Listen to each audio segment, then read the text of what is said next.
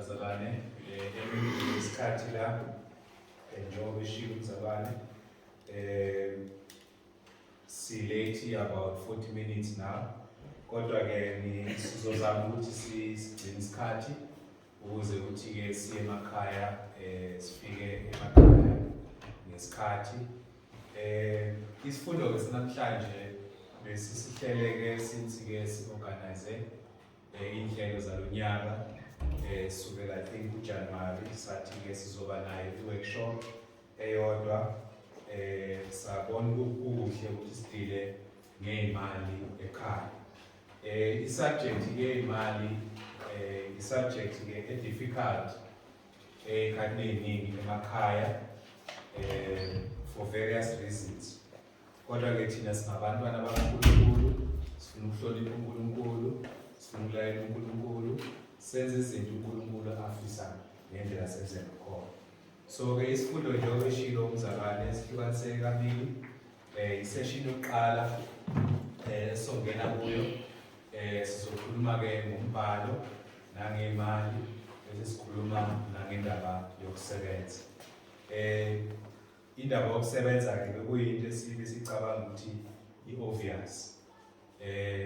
uNkulunkulu ngeke ayifakekela eBhayibhelini uma i-obvious. Kuyasho ukuthi kuyafika isikhathi la iba khona iba inkinga ebantwini. So ke sizongena kulokho ku-session yokuqala, and then kwi-session yesi-2 ke sizobuka la practical aspects ngemali emakhaya.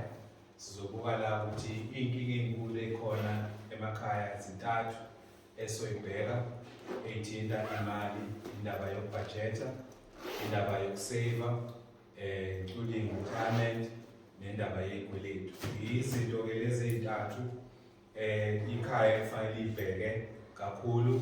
Lekugcineni ke sizokhuluma ngesubject engajwayelekile ukuthi siyithinte kakhulukazi ebandleni. Sikhuluma kakhulu uma sikhuluma ngomphefumulo womuntu, uma umuntu eshonile siyoduduza kuhle lokho. Futhi kuyadingeka ukuthi sikhulume ngezinto ezithinta umndeni after ilunga lomndeni selishonile, kakhulukazi ubaba wekhaya noma umama wekhaya noma the breadwinner. So singabazalwane ke siyazivele kakhulu thina, angithi bazalwane, ngelanga leli ngalezi zinsuku umzalwane eshonile siduduza. Kodwa the real challenge yabantu abasalayo ekhaya is the life after inhloko yekhaya isihambile, umama wekhaya isihambile, especially lo oletha ukudla ekhaya. So ke kumqoka ke bazalwane lezi zinto sizithinte, sizibuke ngoba zi-affecta nini ukukholwa kwethu. Abanye masekushona ubaba, sekushona umama, nokholo kuyalimala. So ke sizothinta ke lezi zinto ke, these are practical things in life kufanele sizikhulume. Sesiphila esikhathini lesi bathi abantu simanje manje 21st century. So izinto ke zidinga ukuthi ezinye sizazi singamaKristu ukuze sikwazi ukuphila impilo efanele sisizwe. Abanye bayawa ekholweni, abanye bayalimala ekholweni ngenxa yezinto. So umqoka ukuthi siyithinte, sikhulume ngazo. Lesi sifundo ke angiqali ukusifundisa abazali base Friday ngonyaka ka-2011 bake bangicela ukuthi ngizokhuluma ngendaba yokunikela. The number one thing eyinkinga ngaphambi kokuba sikhulume ngomnikelo, we must address imali ekhaya. Ngoba uma singayiphethe kahle imali ekhaya angeke sinikele. So we must ukuthi sinikele kufanele ukuthi si-addresse indaba yokuphathwa kwemali ekhaya, ngoba that is the source of inkinga. So ke isifundo ke esimqoka esifanele ukuthi sisithinte, ngiyocela ukuthi njengoba siqhubeka nje sifunda, uma kune-question ngiprefer ukuthi si-reserve mhlambe sinikeze isikhathi maybe 10 or 15 minutes before siya kwi-lunch. Session 1 sizoba nayo before siya kwi-lunch. So imibuzo nje we note down, and then ke bese siba nesikhathi ke sokudiscussa siyo kwi-lunch. Then afterwards nakhona lana ku-session 2 soba sixoxa nje kakhulu nabanye abazali bangaveza imbono yabo ngoba akusukuthi ngazi bonke mhlawumbe abazali abaye bazovela babonise ukuthi no nabo banawo amathiphu abanawo ukuphatha imali ekhaya. So inhloso-ke yileyo-ke bazalwane ngathi singamaKristu. Okukhulu-ke bazalwane umbuzo khona ukuthi umzalwane la ukhona la uphila khona uNkulunkulu ufitha kuphi empilweni yakho? Ngabe uNkulunkulu umbona empilweni yakho ebalulekile kuphela uma kuziwe into zizokhonza especially on Sunday noma sihlangene njengamanje uNkulunkulu ubalulekile kuwe noma uNkulunkulu ubalulekile kuwe in your personal life la khona uNkulunkulu umbeka number 1 na ezimalini zakho uNkulunkulu umbeka number 1 na kwi-career yakho la usebenza khona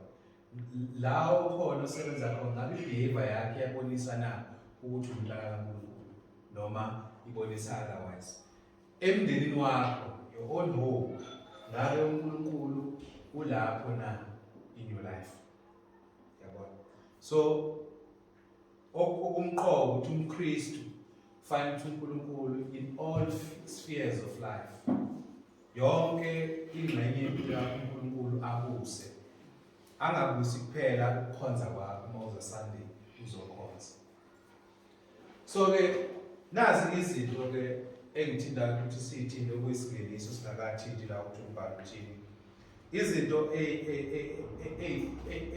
ezithikameza kakhulu noma ezi-affecta kakhulu ifamily nemali ifamily. So isifundo-ke ngendlela esihlele ngayo inhloso sibheke umndeni. We are looking at the family as a unit.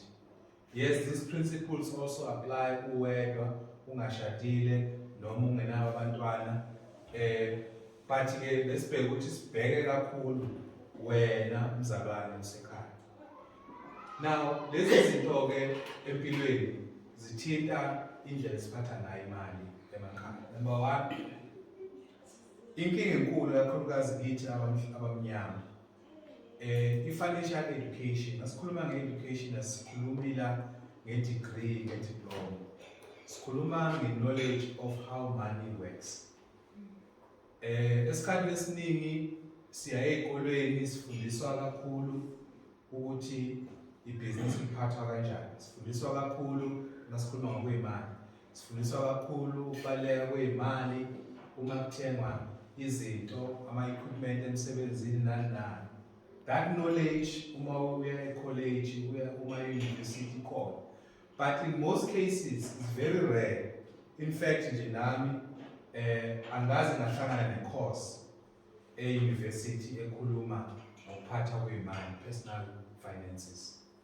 So uthola ukuthi-ke umuntu owudokotela, umuntu owunesi, umuntu owu-engineer uyakwazi ukuthi imali ayiphathe kahle emsebenzini, kodwa makuza personal aspects empilweni yakhe emndenini wakhe ahluleke. This also applies in general esinabantu. So kuwesi kakhulu kithi nabantu abamnyama the knowledge and understanding of how money works asinayo esikhathini esiningi. So therefore iba nomthelela kwindlela esiphatha ngayo imali ekhaya. Okwesibili, i-attitude esinayo towards imali. How do we view imali? Siyibona imali iyini? Kwabanye abantu imali iyipower. Kwabanye abantu imali iyimpilo kubo without it bafile. Kwabanye abantu benza major decisions empilweni yabo based on imali. For an example, uma izoshada nomuntu into yokuqala ebhekayo enkulu ukuthi unayo imali yabona amaqala. So you see attitude anayo ngemali abantu abanayo iyahlukahlukene. So it impacts the way esiphatha ngakhona. Okwesibili, the state of the family. How the family is. Niphathele kanjani emndenini? Mhlawumbe ushadile. Well, nowabo niphathane kanjani? So in most cases, if the relationship is strained or kunama difficulties emshadweni, it will also impact the way imali ephathwa ngakhona efamily. Uma udivorcile, uma uyi-single mother, all those things have an impact ngendlela ophatha ngayo imali ekhaya. Thirdly, last na control on these things. The culture esiphila kuyo, the economy esiphila kuyo, injani? Inflation injani kuleyo country? How expensive are things kuleyo country? La South Africa, if you check namanye amazwe, we are almost average, or sorry, in the middle. Khona abanye baphila with high inflation rates. South America, ama countries akhona, they have high inflation rates. So it's very difficult ukuphila. Mawuphila eZimbabwe, inflation rates akhona very high. So awukwazi ukuphila kahle. Two, economic opportunities, ukusebenza, uqala ibhizinisi. It has an impact ukuthi wena imali noma ukusebenza kwemali ekhaya kuzoba kanjani. Thirdly or fourthly, is the spiritual aspects. Ukukholwa kwethu, level of our spirituality. Ngabe la ekhaya uNkulunkulu simbeka number 1 noma simbeka number 2. Ngendlela esiphatha ngayo indicate ukuthi uNkulunkulu simbona kanjani. We also got psychological aspects, not necessarily a sin or not a sin, but a situation that bekana nayo. Ladies and gentlemen, these two comparisons. This is bad, this is good. Uma uMkristu, umuntu owanelisekayo. Umuntu owanelisekayo, umuntu ongahaleli izinto. Umuntu ohalela izinto, who like indulgence, opulence, funa impilo ephezulu. Most cases, uma engenayo income enough, will rush into debts because ufuna ukuphila impilo enjani ephezulu kodwa engenayo. So akanakho ukweneliseka. Umzalwane okwazi ukuthi asebenzise into imali encane yenza umsebenzi omningi, being frugal. So in other words, for this particular job, usebenzisa least resources to achieve the goal of that project. So sikhuluma ngomama uma esebenzisa izinto endlini, uma epheka ukudla, uma elungisela ukudla, akamoshi, aka-waste. Sikhuluma ngomuntu ofrugal. Kube khona abantu on the other side, abanenkanuko, abahalelayo, abagreedy, abathanda abanomona, abane-competition, mistrust, low self-esteem. Abanye abantu, they use imali to improve their self-esteem. So ngamanye amazwi, for an example, lo muntu mhlambe wakhula ekhaya kuhlushekile.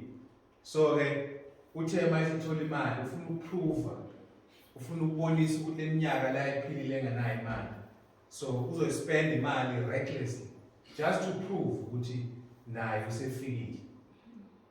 Yabo, i-attitude umuntu anayo. Abanye is peer pressure. Sometimes we think peer pressure iphela kuma-teenage. No, isiqala kuma-teenage. I-peer pressure iyaqhubeka izifike kithi. Thina we are close now to 40s. Especially uma sesishada, iyavuka i-competition. Hayi umzali uDumisani usenemoto. Ngeke ngendlule ubani umzali uDumisani nami ngiyifuna imoto. Angiyithengi imoto ngoba kuyisidingo, but ngoba ngiyacompete, ngoba ngifuna ukuthi ngifune ngibe kwi-level uDumisani noma ngidlule. Ngigcine sengingene ey'kweletini ngenxa ukuthi ngifuna kwenzenjani ukubabonisa nami ukuthi ngiyafana uDumisani. Or umakhelwane wami udecide ukurenovate, wafaka ne-new kitchen suit. Mangifika lapha ngithi hey usebenzele umuntu. Masifika lapha endlini nonkosikazi wami sithi angeke adlule uSpanpan. Nathi asiyokhipha big beautiful kitchen unit. Yini lento? Inhliziyo enganelisekile, inhliziyo ekhompyuthayo, inhliziyo engahleli ebuhleni. We have people who are manipulative. So they use imali ukumanipulate abantu within a relationship. Mhlawumbe yena uyasebenza, wena awusebenzi la kulo mshado ngoku noma kule family. So ngoba unemali, he will use imali as a tool ukucontrol. You can't go there, you can't go there. Wena usukhothamela yena, usenguNkulunkulu wakho. Mayethi hamba uchamu ngahamba uchamu, mayethi ungahamba uchamu ngahamba uchamu. Ngoba uma ungamlaleli ngeke uthole 1 2 3, ngeke uthole kuhle. So all these things, abusive behaviors, physical, emotional, zibonisa indlela esingakhona ngaphakathi. Now imali appears in these things as a tool, and it's more like a symptom. So imali ngendlela esebenzisa ngakhona i-symptom yalezi zinto.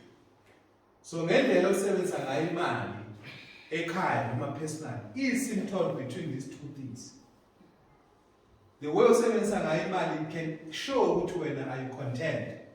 Are you living a life that is serving God? Are you loving and caring? The way osebenzisa ngayo imali indicates wena ukuthi umuntu onjani.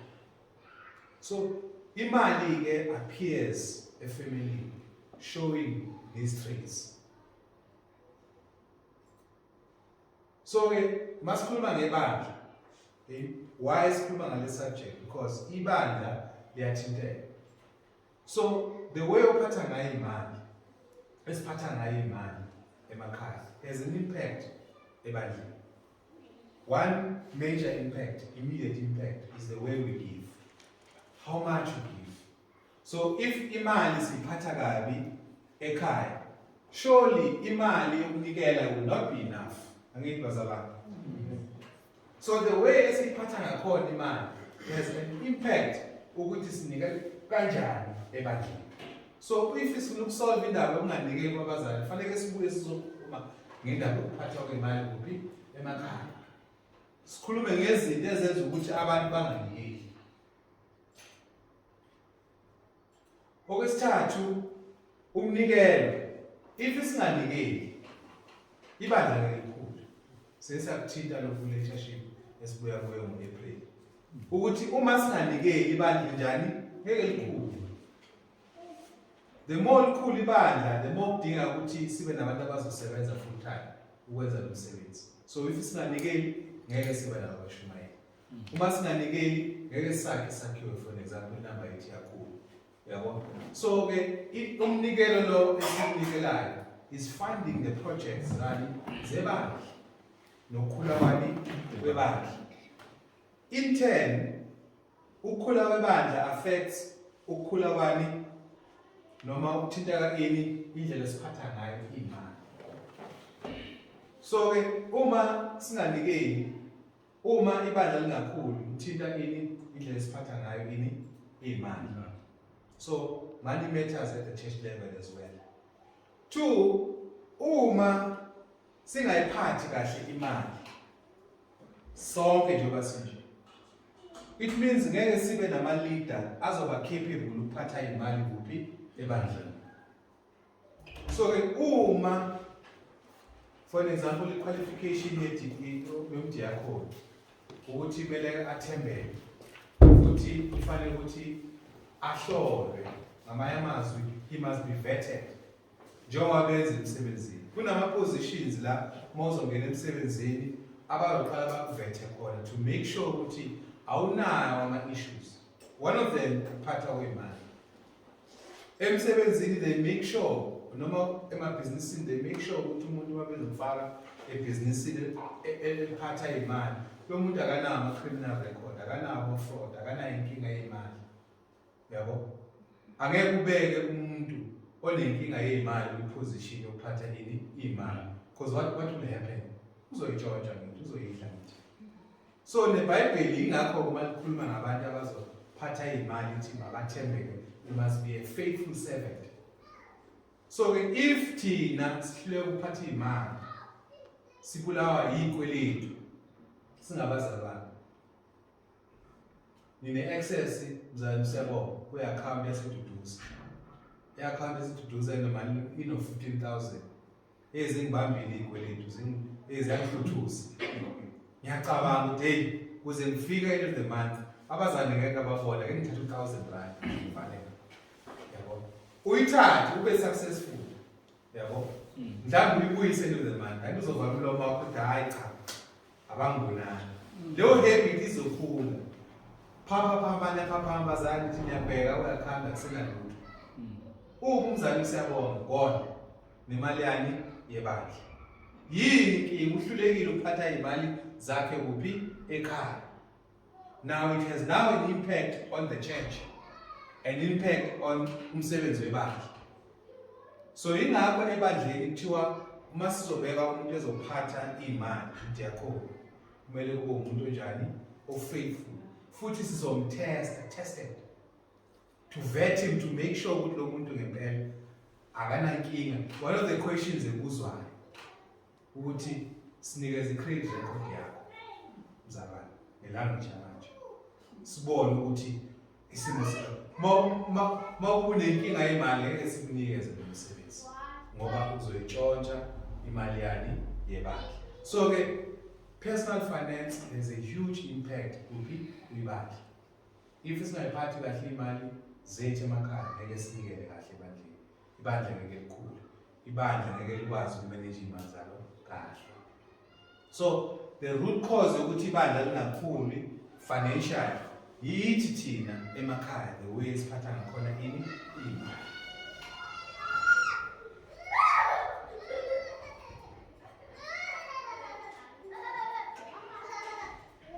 So why fanele sikhulume indaba yemali? Imali idlala indima enkulu kule khathi manje. Within 21st century almost sonke emhlabeni except laba semakhaya imali plays a role. Everything ngithatha nje la ekhaya, everything ekhona yenzakalayo revolves around money. Ukudla esikuthengayo, impahla esigqokayo, amanzi esiwatholayo, konke okwenzakala lendlu needs money to function. So imali ke becomes essential in our lives. So uNkulunkulu uthini ke ithi na siphethe imali. uNkulunkulu wakha konke kusemhlabeni including na imali. So imali akusiyo kahle ethu ngoba uNkulunkulu wayakha. Lokhu sikubona kanjani ukuthi mhla ufa uzokushiya konke la emhlabeni because it's not yours. Sibolekiwe zonke into esinazo kuphi la emhlabeni, zonke sibolekwe uNkulunkulu. So ke uNkulunkulu ophethe konke, who owns everything including nemali. Mawufuna incwadi kaHagai 2 verse 8 ibonisa lokhu ukuthi lelo golide losilva elanga kusho kwendalo uNkulunkulu.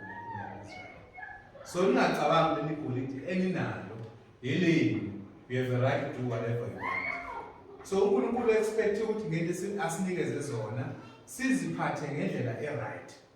That is the expectation kuya kuNkulunkulu. So uNkulunkulu beka umuntu ke emhlabeni as a steward of his creation. Ufunda uGenesis chapter 1 and 2. That is the picture. uNkulunkulu wakhe umhlaba in 6 days. So ngosuku lwesithupha uqede konke wakha konke. Uma eseqedile uNkulunkulu wasethi ke kuverse 27:26 so chapter 1. Masenze umfanekiso wethu. Senza abantu bezinjani basifuze. Mawufuna chapter 2 uNkulunkulu usinikeza manje amandla ukuthi ngizomnikeza lo muntu igunya lokuba abuse emhlabeni. So we've been given that authority to have dominion or control kwizinto zikabani zikaNkulunkulu. So ke umKristu ufanele wena understanding ukuthi ngibekiwe emhlabeni uNkulunkulu unginikeze izinto ezakhe, uNkulunkulu expect ukuthi ngiziphathe kahle. So ke amaKristu ke ane responsibility ukuthi siphathe kahle imali whether ebandleni noma personal. So we mustn't think ukuthi uma sisemakhaya siphathe imali budlapha. We think uNkulunkulu egcina uzothi no, it was your money. No.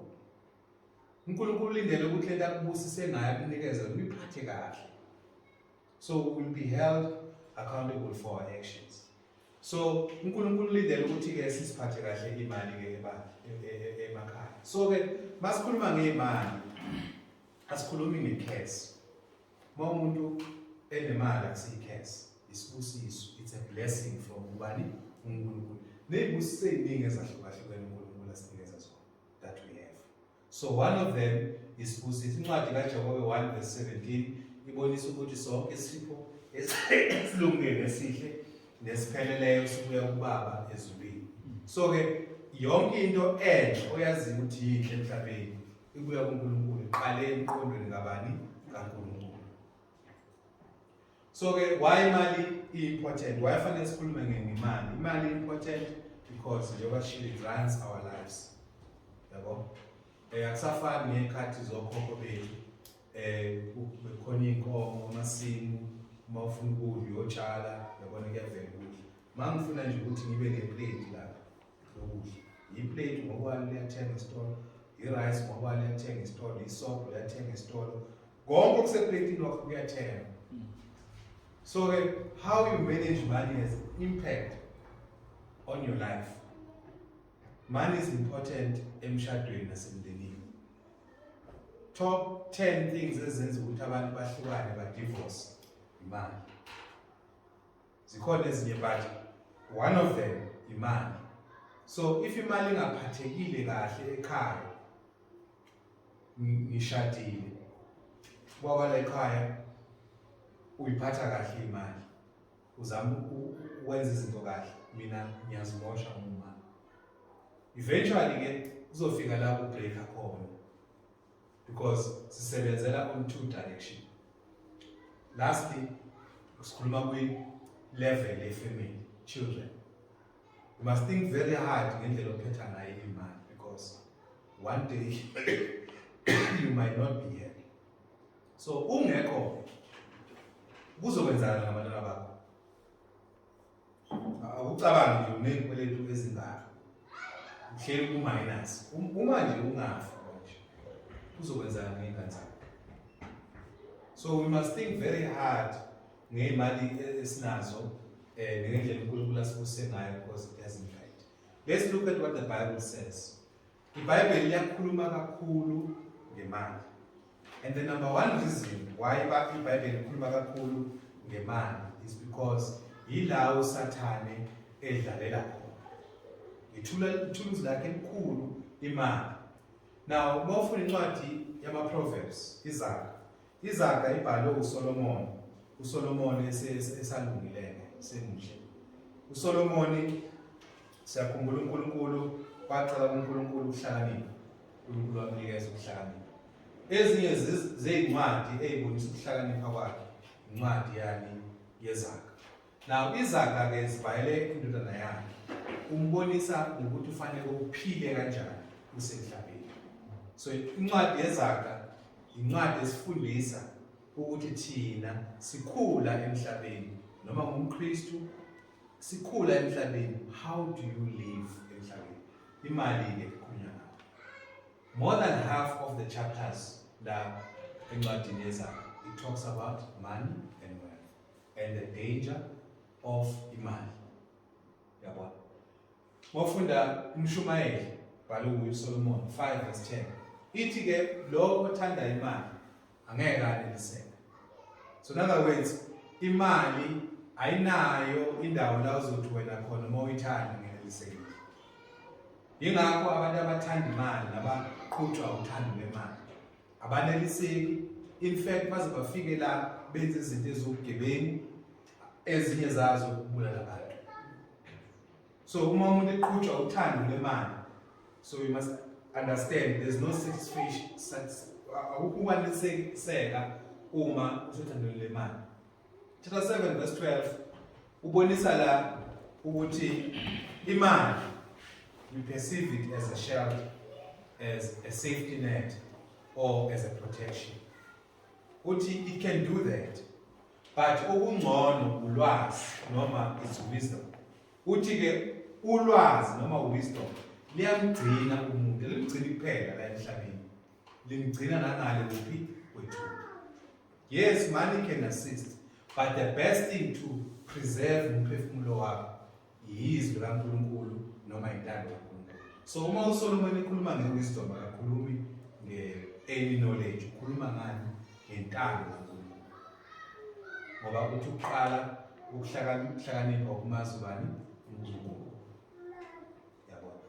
Samuel la ukhuleka la uHana la umkhuleka wakhe la uveza ukuthi uNkulunkulu uyena oletha ini imali kithina. Futhi uNkulunkulu uyena futhi oletha ini ukuhlupheka. Mayiqhubeka kuverse 8 uveza la ukuthi uNkulunkulu futhi uyamthatha umuntu ohluphekile, umuntu ongelutho amphakamise uNkulunkulu, amenze mkhulu. So it's the power uNkulunkulu alayo.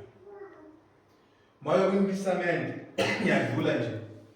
Ukushumayela kaJesu, if you look at it, uJesu ukhulume kakhulu ngemali more than izulu nesibongo. uJesu ukhulume kakhulu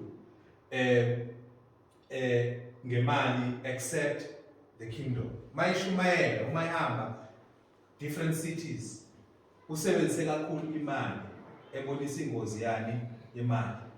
11 out of 39 ama-parables esiwafundayo akhulunywa uJesu abonisa ngemali ngobungozi bemali. Incwadi kaLuka, one of the gospels, ikhuluma kakhulu ngemali. So uJesu imali ukhuluma kakhulu ngayo ngoba eyiveza ingozi kumphefumulo womuntu. Not ukuthi ayithanda, but as a danger yokuthi umuntu uma eyithanda imali umuntu uzolimala. Matthew 6 intshumayelo esentabeni verse 24 to 33 uJesu siyakhumbula uthe no one can serve two masters. Angeke uthande imali uthande noNkulunkulu. You cannot ubeke uNkulunkulu ngapha ubeke nemali ngapha. uNkulunkulu khona uzoyithanda, either imali izoba phezulu noma uNkulunkulu izoba phezulu. You choose. Incwadi siyazi uTimotheo uqala edumile 6:9 to 10 uthi uthando lemali yilona liletha ini konke okubi. Love of money is the root of all sorts of evil. Siyabazi labantu angithi Judas, Anania nonkosikazi wakhe uSafira inkinga yabo enkulu bekuyimali. Ngiyayithanda le sibuke la isibukele kaJudas uchapter 12 sesathinta indaba yokuphatha imali. So ingozi yokuthi umuntu ophatha imali umbeke esikhundleni ehluleka ukuyiphatha imali naye. John 12 verse 4 to 6. So khumbula uJudas bekuwumuntu obephatha isikhwama.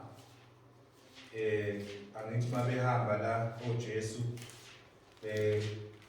eshumayela uma bezothenga izinto isikhwama behlala kuJudas.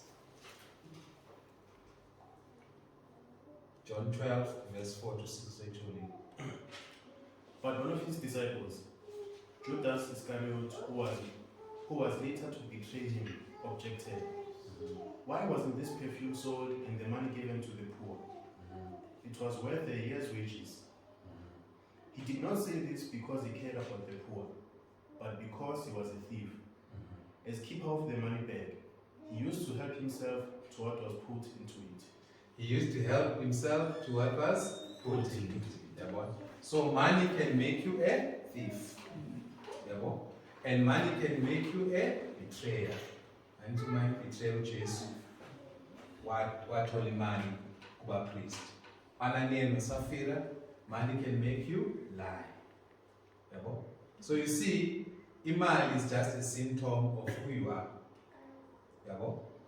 You are a traitor, you are a liar, you are a killer. Money is there to show umuntu njani. Remember about the rich ruler? Jesus, how can I inherit the kingdom of heaven?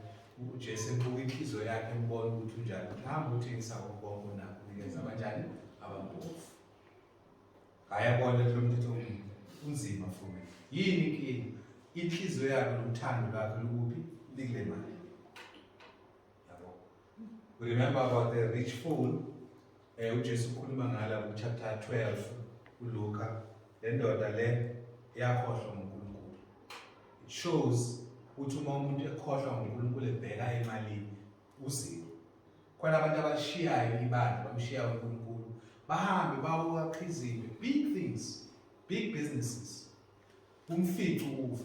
Sayakhiye this big tower, this big empire. 1 minute before his death, umfica ufa, uNkulunkulu uyamthatha. Sekhohliwe ngobani? uNkulunkulu. Jesu ukhuluma ngaleyo ndaba ukuthi kuyize ukuthi umshiye uNkulunkulu uyokwenza inzuzo. Le nzuzo engeke kusize kuphi ekugcineni. Naba abantu abenza kahle.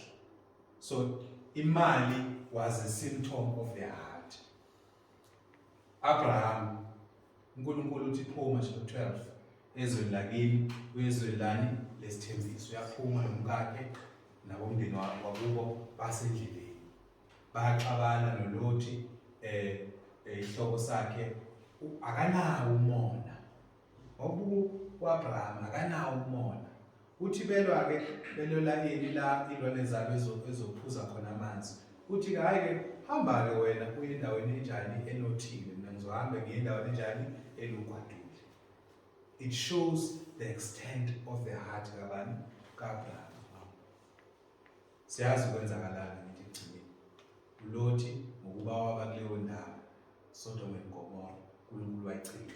Kodwa uAbraham futhi loyo wamcela uNkulunkulu ukuthi umsindise uNkulunkulu.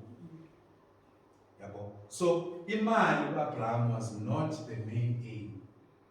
Was not the greatest thing. Into ebaleka kakhulu kuye bekubani uNkulunkulu. Money was number 1. Sorry, God was number 1. Number 2, ifamily yakhe and things anazo. We remember uSolomon sikhulumile ngaye. uNkulunkulu uSolomon wacela ini ulwazi nokuhlakanipha. uNkulunkulu wazathi mofunda iChronicles isibili chapter 1 verse 1 so 11 to 12.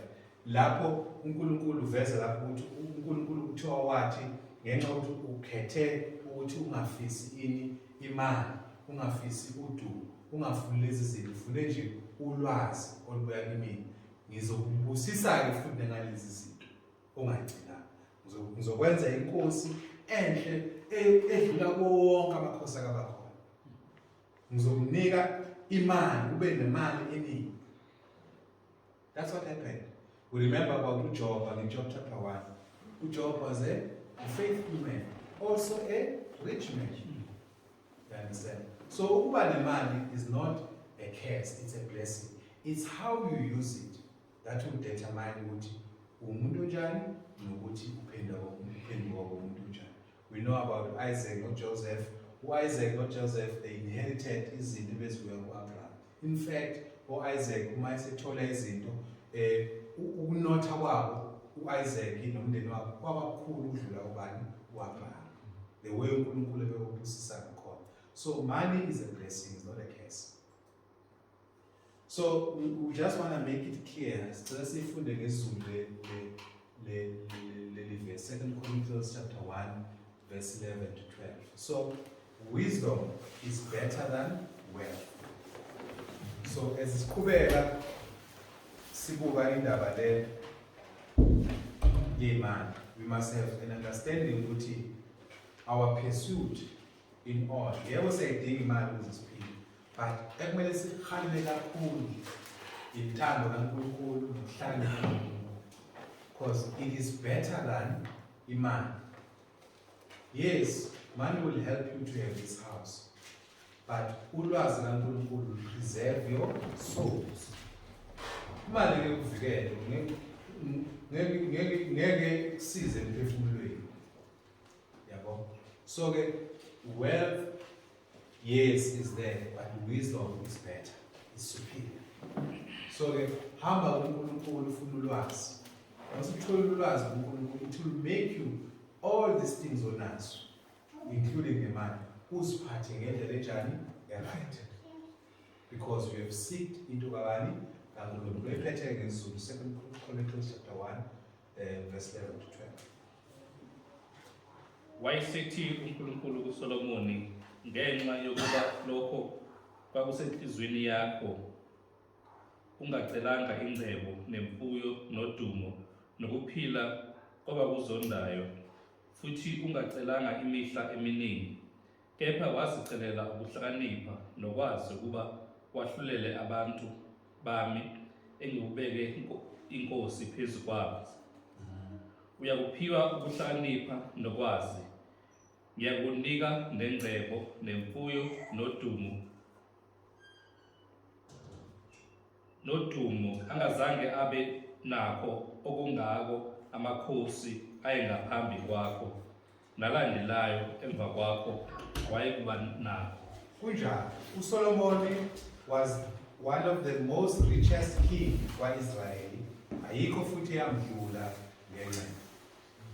Indaba enkulu wathi uma ebuka uNkulunkulu akafunanga ini ingcebo, akafunanga ini udumo, wafuna ini ulwazi, wafuna intando kaNkulunkulu. Wathi uNkulunkulu ngoba ufuna okufunayo okufuneke kuqala, ngizokunika-ke ibhansela-ke lezi zinto, ngizokunika imfuyo, unike ini izinto lezi, the wealth, unike ini nodumo.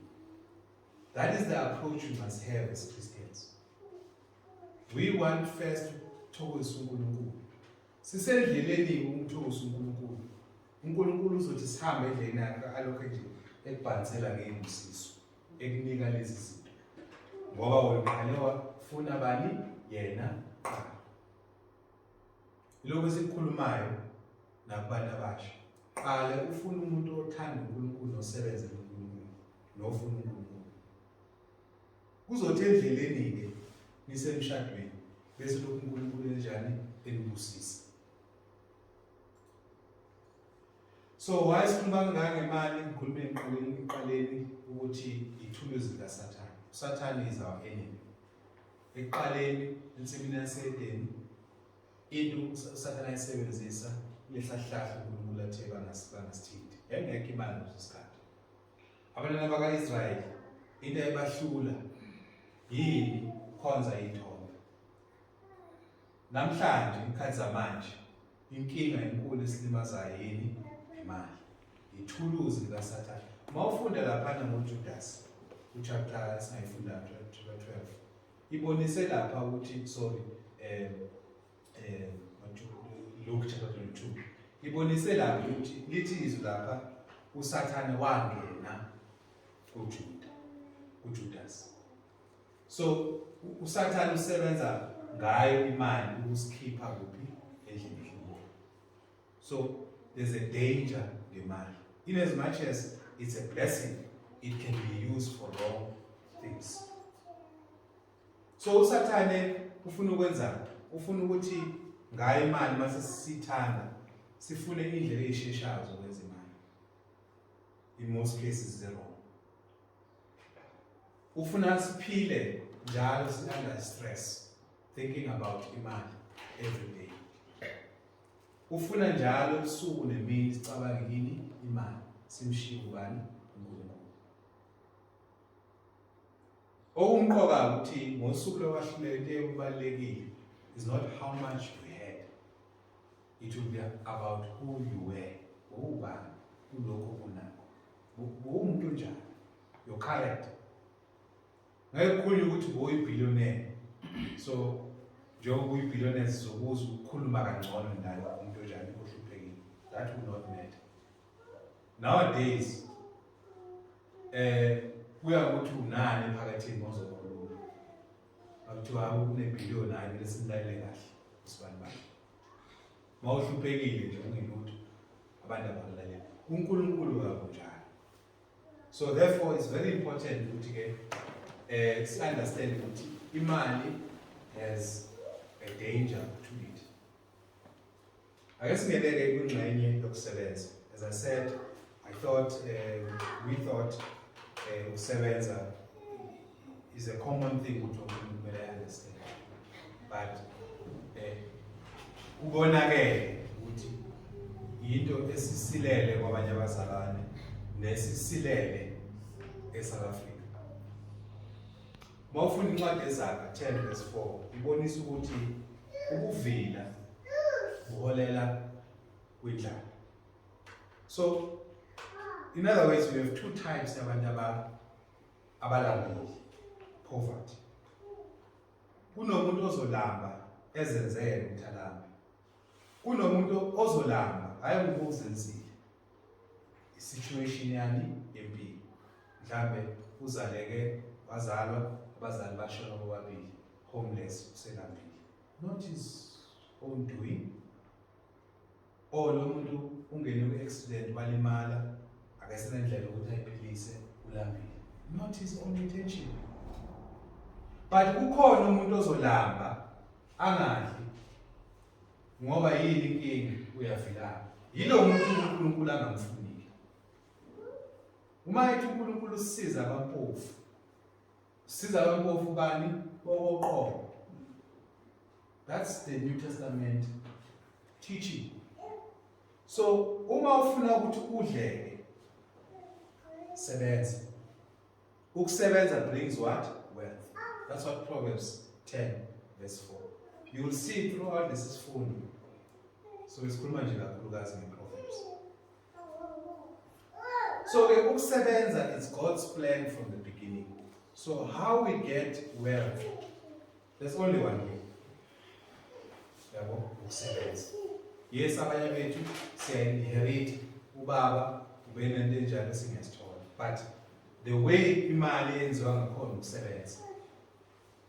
So from the beginning, Genesis 2 verse 15, uNkulunkulu wathatha umuntu wambeka kuphi ensimini yasedini.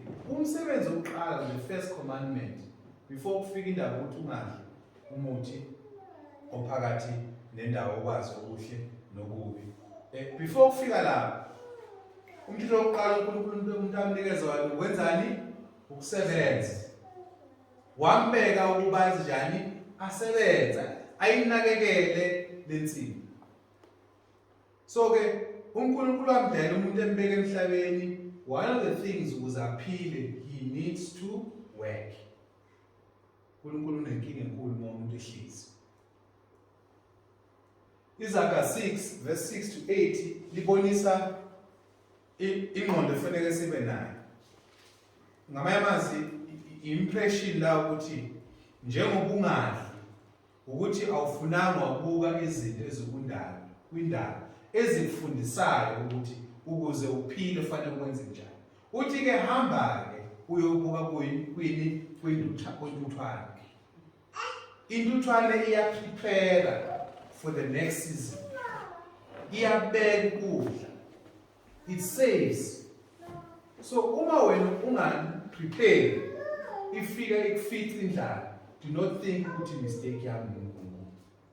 Because ngiyakubonisa kwi-nature. Usethi ke hamba ke uye kwintuthwane ufunde kuphi kuyo. So in other words, asina excuse uNkulunkulu. Uma uNkulunkulu esinikeze konke esibusise konke ngeenyawo, ngezandla, ngamehlo nami wonke. Then uNkulunkulu asibusise ngaleyo mali asinikeza yona. Bese siyi-waste imali yakhona. At the end of the line sesilambile. Then we come back and we say uNkulunkulu uthi no, bheka intuthwane. Ukuthi intuthwane yenza kanjani. Ayidli konke. Iyazi ukuthi iwinter iyeza. Iyazi ukuthi ngesikhathi la ongeke kube khona ukudla kube plenty. So it will put some aside. Proverbs 14:3. Konke ukusebenza kunani kunenzuzo. Kodwa nje ukukhuluma nje, mere talk brings poverty. New Testament. Ake sithi le ncwadi 1 Thessalonians 4 verse 11 to 12. Sithi nangezulu.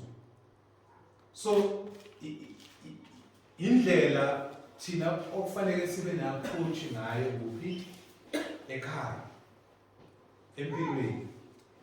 If I want to eat, I must go and what? And work.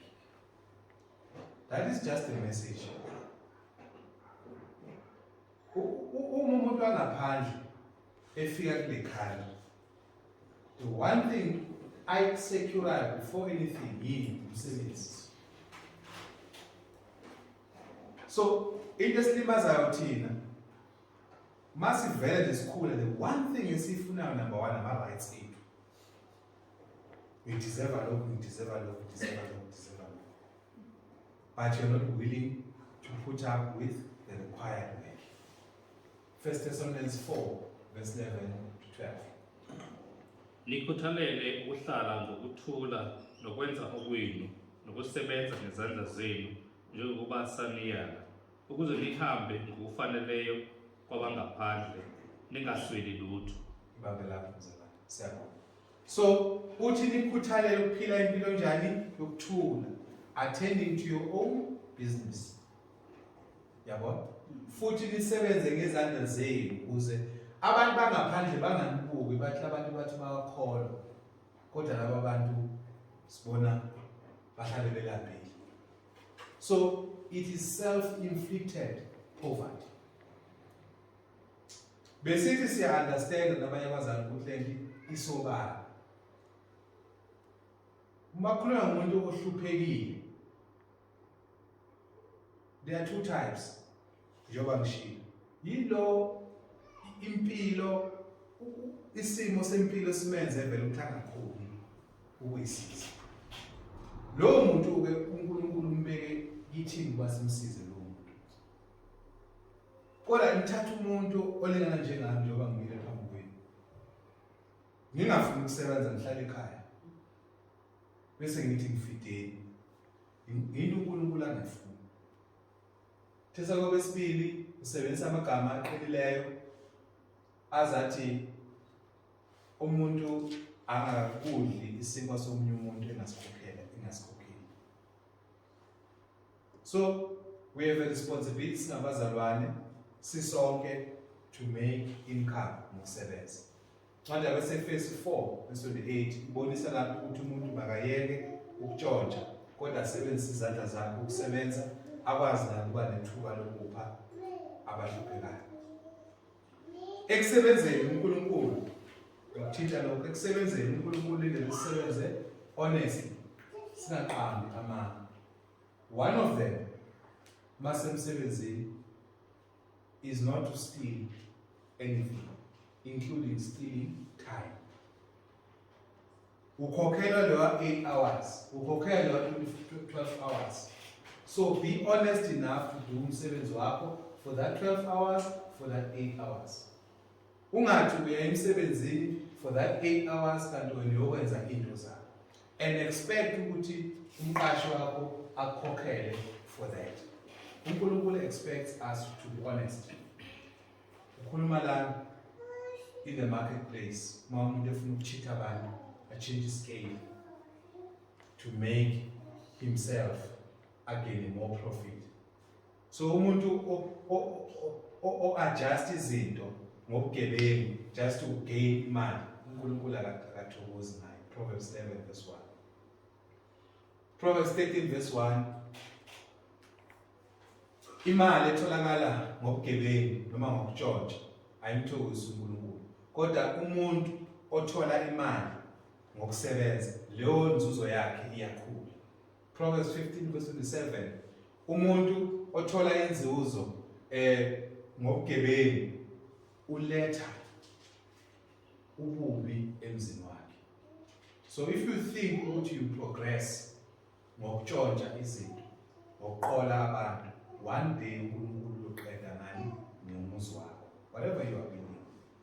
So it's a warning from uNkulunkulu ukuthi whatever we do when we work, that's sebenza khona, be honest.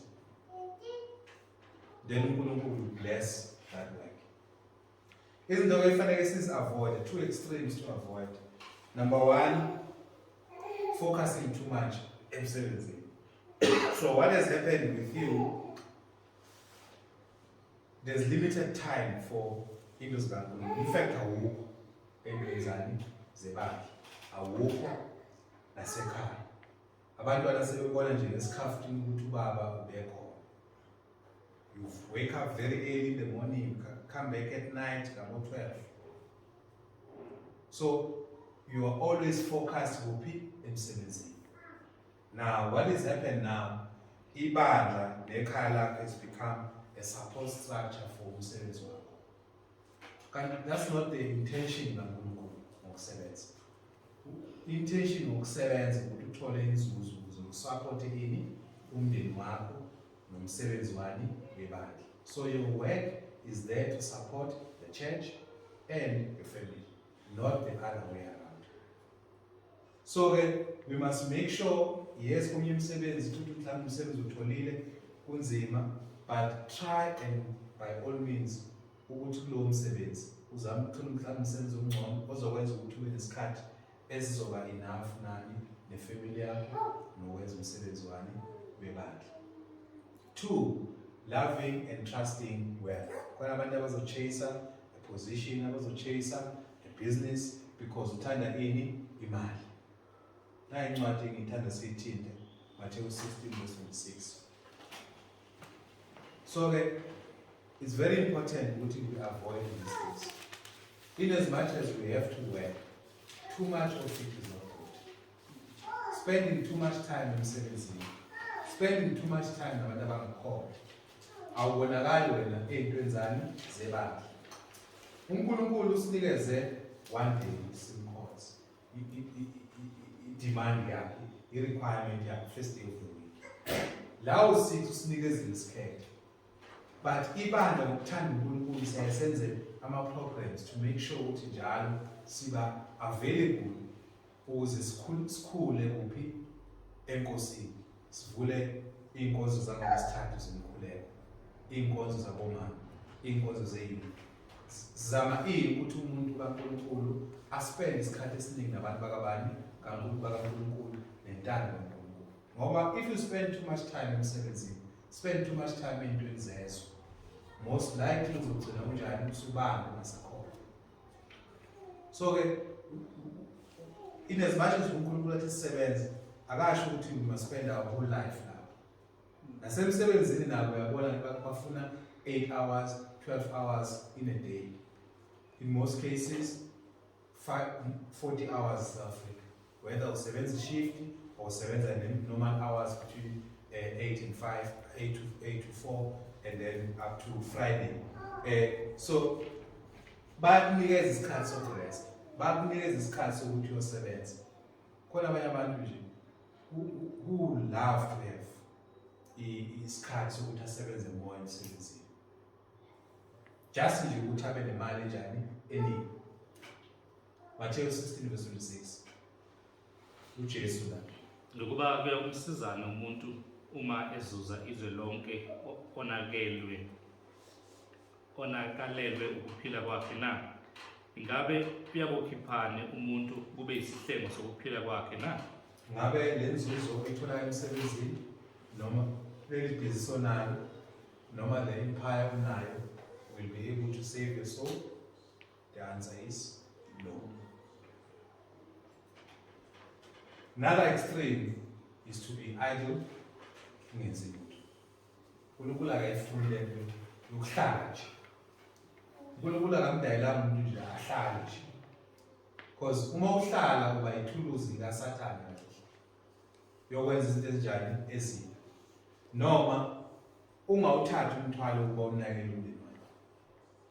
If nabantwana, if usunomndeni, it's upon your shoulders to stand up and say, my family needs to eat, let me go and make. Tesilimazayo ukuthi eSouth Africa ukuthi siyabukana. Ukuthi angifuni ukuthi kuthiwe mase ngisebenza lapha ngulutshani noma ngumakhenikhi. Ngibuke ngathi angilutho. Engibeka eqondweni. So ngiyasicompare nabanye abantu. Kodwa uma abantu bafanele badle, fanele ngiphume ngomsebenzi. Definitely there must be a balance between the two. There must be time for sokusebenza, time for umsebenzi webandla, time for ibandla. You must make time for these things. Priority number 1, priority number 2, umndeni wakho. If our priorities are kanje, you will not go wrong in building. Abraham were able to do that. Job were able to do that. They had so many things but they always made time for uNkulunkulu.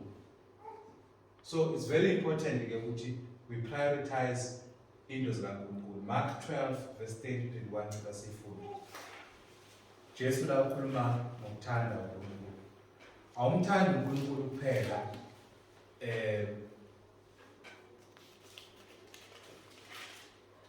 ngokuthile kwempilo yakho. Leli verse libonisa ukuthi uNkulunkulu simthanda ngakho konke esikho noma esinakho. 12 verse 30-31. Uyithanda inkosi uNkulunkulu wakho ngayo yonke inhliziyo yakho, nangawo wonke umphefumulo wakho, nangayo yonke ingqondo yakho, nangawo onke amandla akho. Okwesibili yilo, womthanda umakhelwane wakho njengalokhu uzithanda wena. Awukho omunye umyalo omkhulu kunale. Basic priorities of life. Number 1, uNkulunkulu. Number 2, yini? Can be the family, the spouse. Mayikhuluma ngomakhelwane la, ukhuluma ngomunye umuntu next to you. So uNkulunkulu blesses our work. We know about that parable in Matthew 25. Says we funda from verse 14 to 30. uJesu ubonisa la ukuthi umbuso wezulu ufaniswa nendoda eyanika isebenzini amathalente. Enye wayinikeza amathalente amangaki awu5 imali amathalente, enye wayinikeza amathalente amabili, enye wayinikeza ithalente elilodwa. La madoda amabili ke yathola ithalente awu5 yafika yenza amanye profit, yasebenza gaina ini profit. Eyesibili nayo ibinamathalente amabili yasebenza yagaina amanye futhi amathalente amangaki amabili. Leyo gcina-ke engazange ibe isikhonzi noma isisebenzi esithembekile kwenzakalani? Yathi ethempelayo lenzani bazalwane? Yaligqiba, yangasebenza, yahlala phansi, yalinda ini inkosi ukuthi zibuye. Ihleli ne-excuse engaka, icabanga ukuthi le-excuse zomsebenzela ngosuku lani lokwahlulela nosuku. Siyazi yaphela kabuhlungu la. So uNkulunkulu blesses what we do or our work. Let's find la Deuteronomy chapter 2 verse 7. So uNkulunkulu blesses our labor. uIsrael la bazalwane, uIsrael usendleleni. You'll be amazed la bahambe iminyaka ewu40. You'll be amazed bahambe iminyaka ewu40 ukuthi belapho uNkulunkulu was still blessing them. You'll be amazed. They were no land. Maybe let's start with verse 6 to verse 7. Deuteronomy chapter 2, verse 6 to 7. You are to pay them in silver for the food you eat and the water you drink. Yes. The Lord your God has blessed you in all the work of your hands. He has watched over your journey through this vast wilderness. These 40 years the Lord your God has been with you, and you have not lacked anything.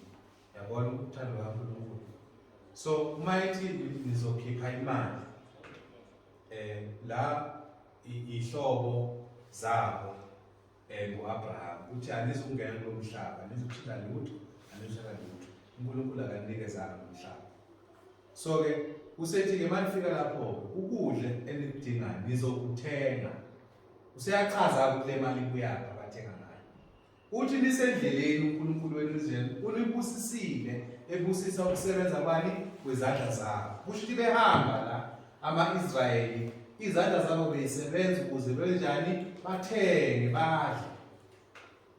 This tells you ukuthi uNkulunkulu has given umuntu an ability to work. So he blessed them esendleleni. So isikuthola kule parable esithule ngayo ukuthi uNkulunkulu usinikeza amathalente, uNkulunkulu usinikeza amathalente ngokwahlukahlukana kwethu. Ithalente nethalente akusho ukuthi akubalekanga elinye noma elinye libalekile. Into ebalekile la is the action, what you do, what you will give. So le talent unikeze lona, that ability unikeze yona, what you do with it is what matters. So yini yenza lokho na ukuthi sithembe uNkulunkulu. uNkulunkulu osenzela ukuba sibe nempumelelo. uNkulunkulu osenza ukuba sibe nani nokuphumelela kwinto esizenzayo. Ake siye la kuProverbs 28 verse 25. So the key thing, umehluko phakathi kulamadoda amathathu anikeza amathalente, lamabili trusted in the master's instruction. When the master said go and work, they believed, they trusted, they took an action. Lo olugqibile didn't believe the master, didn't trust the master.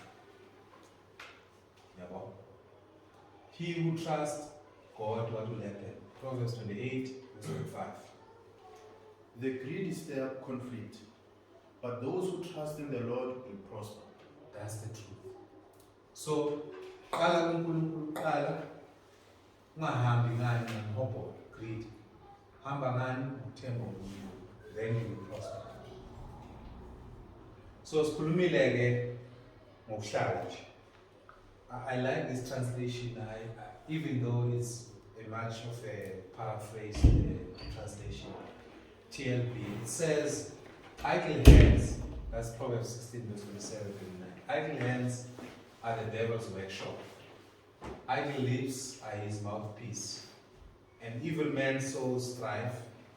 Gossip separates the best of friends. Wickedness loves company and leads others into sin. What started all of this? Idleness. Yabona nje uma uhleli uyinsizwa, uhleli umama, nazi into zolandela. Ngoba uhleli nje, into zolandela ukuhleka. Ngoba awunalutho into oyenzayo. So u-inspect abantu, ugqoke ibhuluku elinje, ugqoke isikibha esinje, unaka izinto ezingamelanga zinabo ngoba awenzi yini lutho. Kuyaqala yini ukuhleka. Usuyithuluzile likaSathane ukuhambisa indaba. Indaba futhi esingakufaki wena. Khona abantu abanesibindi nje ukuhambisa amahlazo omnusi. Ngizwe ihlazo kuleya musi. La ngisakhula lapha ekhaya eFosforus sise-high school.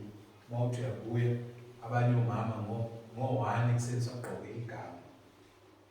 Ubhizi nomakhaya kuyahlethwa. Ayikho into ayenzayo. So uthutha ini indaba. Into elandelayo yini? Uvela ini ukulwa. Veza ini ukulwa lo muntu. Inhlelo ihlukanisa nabangani. Why? Because akenzi lutho lo muntu. Uhlezi. So kunengozi ke umuntu omusha. Kunengozi mama, kunengozi baba ukuhlala nje. Bazalwane uma singaqashiwe la siqashwa khona, it doesn't mean ukuthi emakhaya sinamsebenzi. Siyabonga ekhaya abukho utshani. Akhona amaflower. I-roof ikhona. Zonke lezi zidinga maintenance zakho ngithi. So uma ungasebenzi wangabe busy ngalezo zinto. Then ukuthi ube busy ubhekana nabantu, uhlebana nabantu, umzala. So sonke we've got things to do emakhaya. Into esisibuleleke ngibeke la ilamafoni nani nama-TV. Asesenze ukuba singabi active, sihlale sibukane ngebox. Lama-box yiwasilimaza futhi emqondweni. Lezi insuku ngele yafuni lama-social media asekhona. Phela lama-social media ase-addictive. Yingakho uma ifoni awusakhoni ukuthi uyibeke nje for 2 seconds. Bayidesignele ukuthi wena ube addictive kuyo lento. So umama ekhaya ungasebenzi emsebenzini la usebenza khona mhlawumbe usebenzi, make sure ukuthi ungabi ithuzi laSathane. Do something. Ekhaya ziningi umsebenzi ongayenza. Ningi kabi ezokugcina ubusy the whole day. So are we only showing uKristu kuphela masiyokhonza, or do we show uKristu ngamathalente ethu la sisebenza khona, la siphila khona. So ukusebenza ke indlela noma into emqoka yokuba sikwazi ukuphila ngokwezimali emakhaya. If singasebenzi, if singanisela ukusuka kumasebenzi, there's no way ukuthi sikwazi ukuthi sidle siphile. So what can we conclude about money and the Bible? These are important aspects ngemali. Number one, imali belongs to uNkulunkulu uyosibusisile uyosinikeze yona ukuze sikwazi ukuthi siphile. uNkulunkulu uyazi, he knows 2021, he knows ukuthi uma uyindoda umuntu wesilisa ukuze ukwazi ukuphila udinga imali. It's not like it's into yethu, uyakwazi. So esinikileke le mali ufuna sibe abantu abazoyiphatha kahle le mali, good stewards. Ukuthanda nokuthemba imali kuzolimaza umphefumulo womuntu. Lokhu sikufundayo. Once your heart is set on imali, nokufuna imali, umphefumulo wakho uzolimala.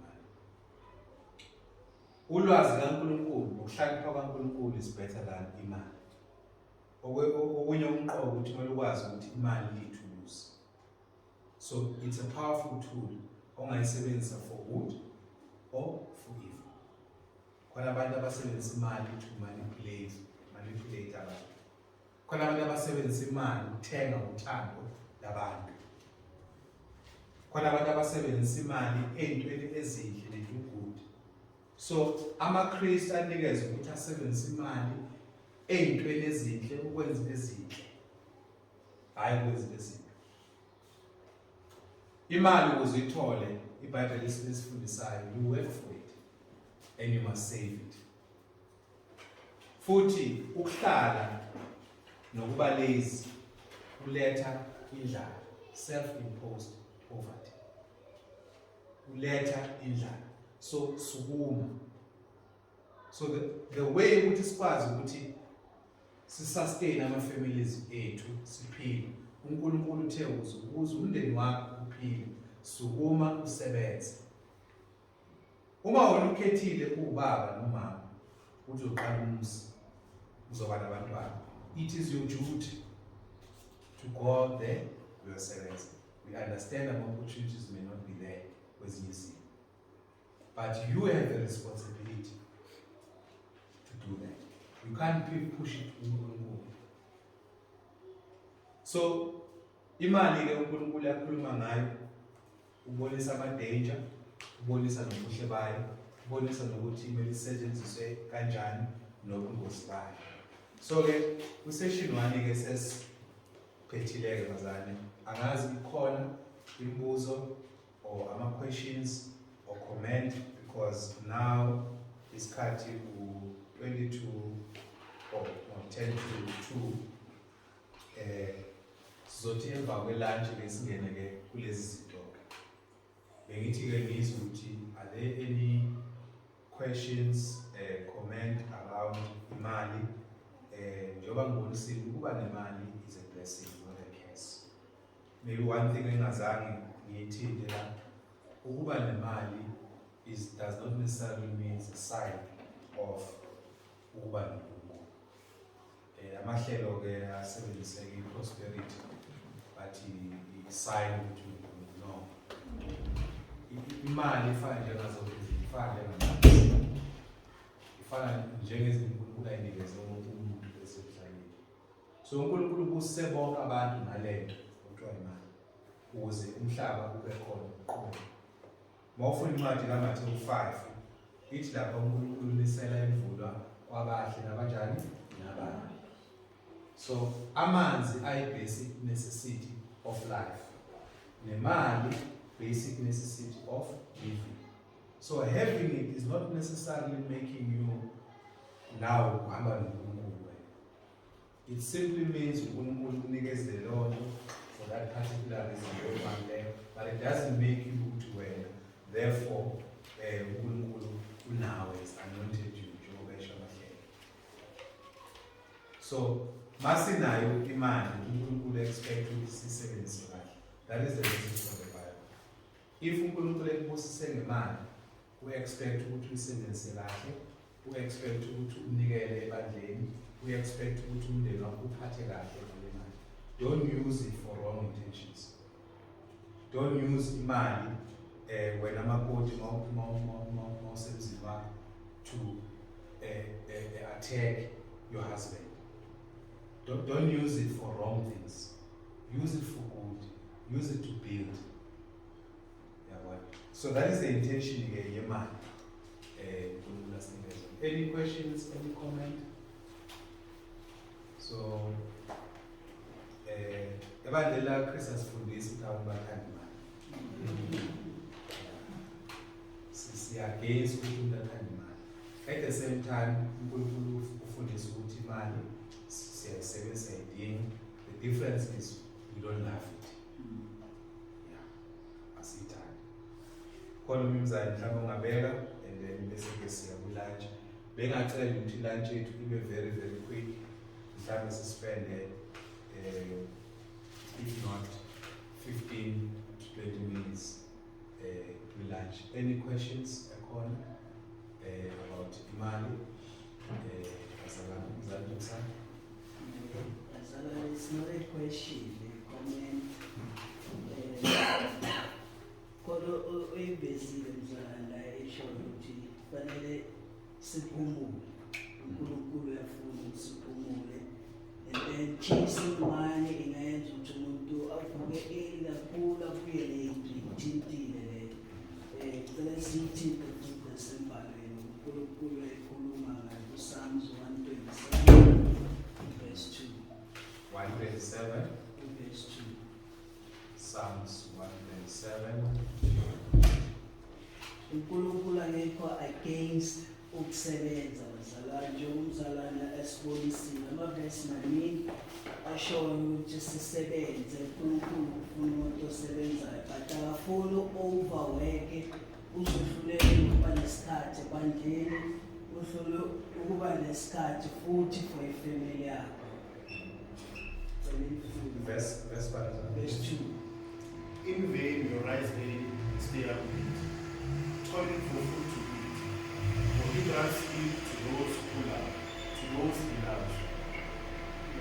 Ngiyabonisa ukuthi uNkulunkulu yasinikeza ukuphumula Amen. ukuthi sikwazi ukulala. So mawuvuka wena ekuseni uzobuya ebusuku njalo nje ungabe nesikhathi sebandla, ungabe nesikhathi sokuthi ube nefamily yakho, it's in vain lento leyo. Ngoba uNkulunkulu yasinikeza isikhathi sokulala. Amen. Amen. So it's very important emzana ebezayo ukuthi singabazalwane indaba le yokusebenza. Yes, we have a challenge.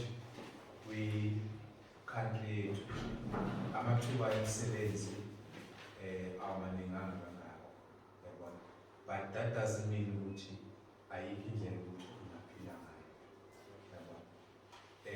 Ezinye zezinto esiyidediselayo ukuthi siqale amabhizinisi amancane azokwazi ukuthi afake inzuzo.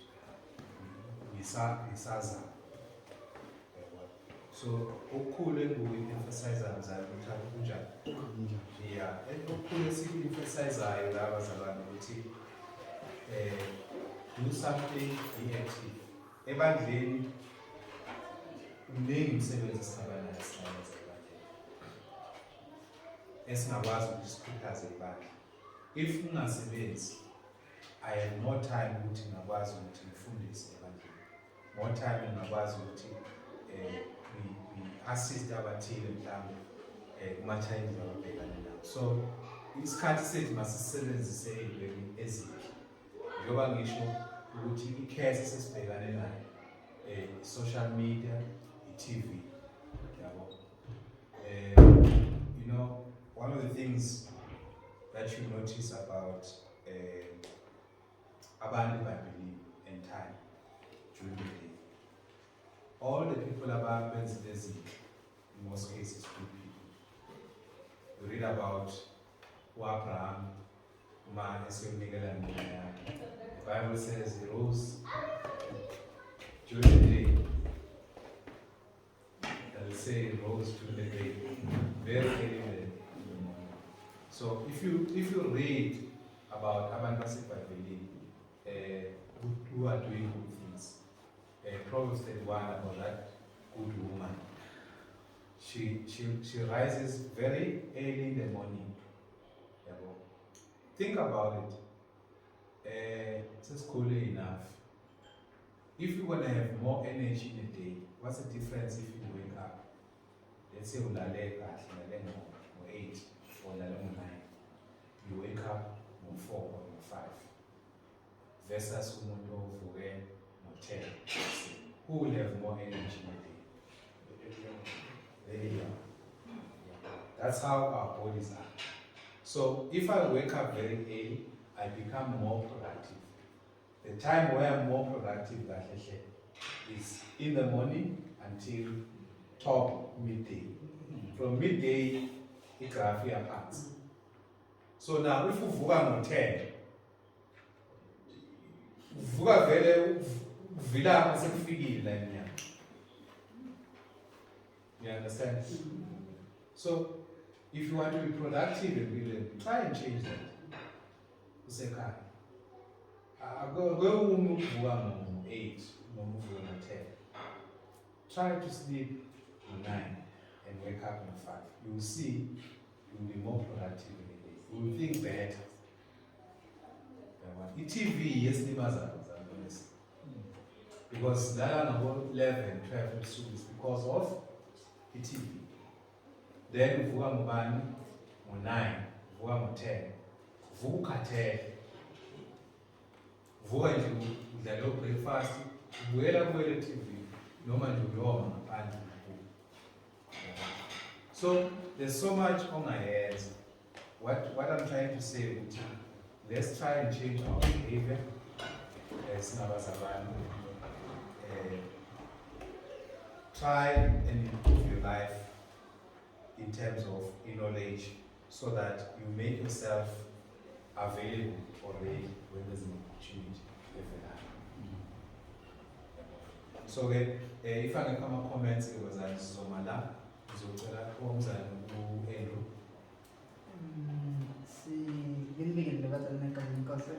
Amen. Yes. I always is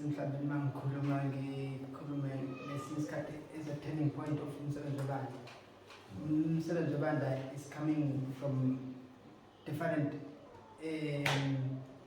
angles.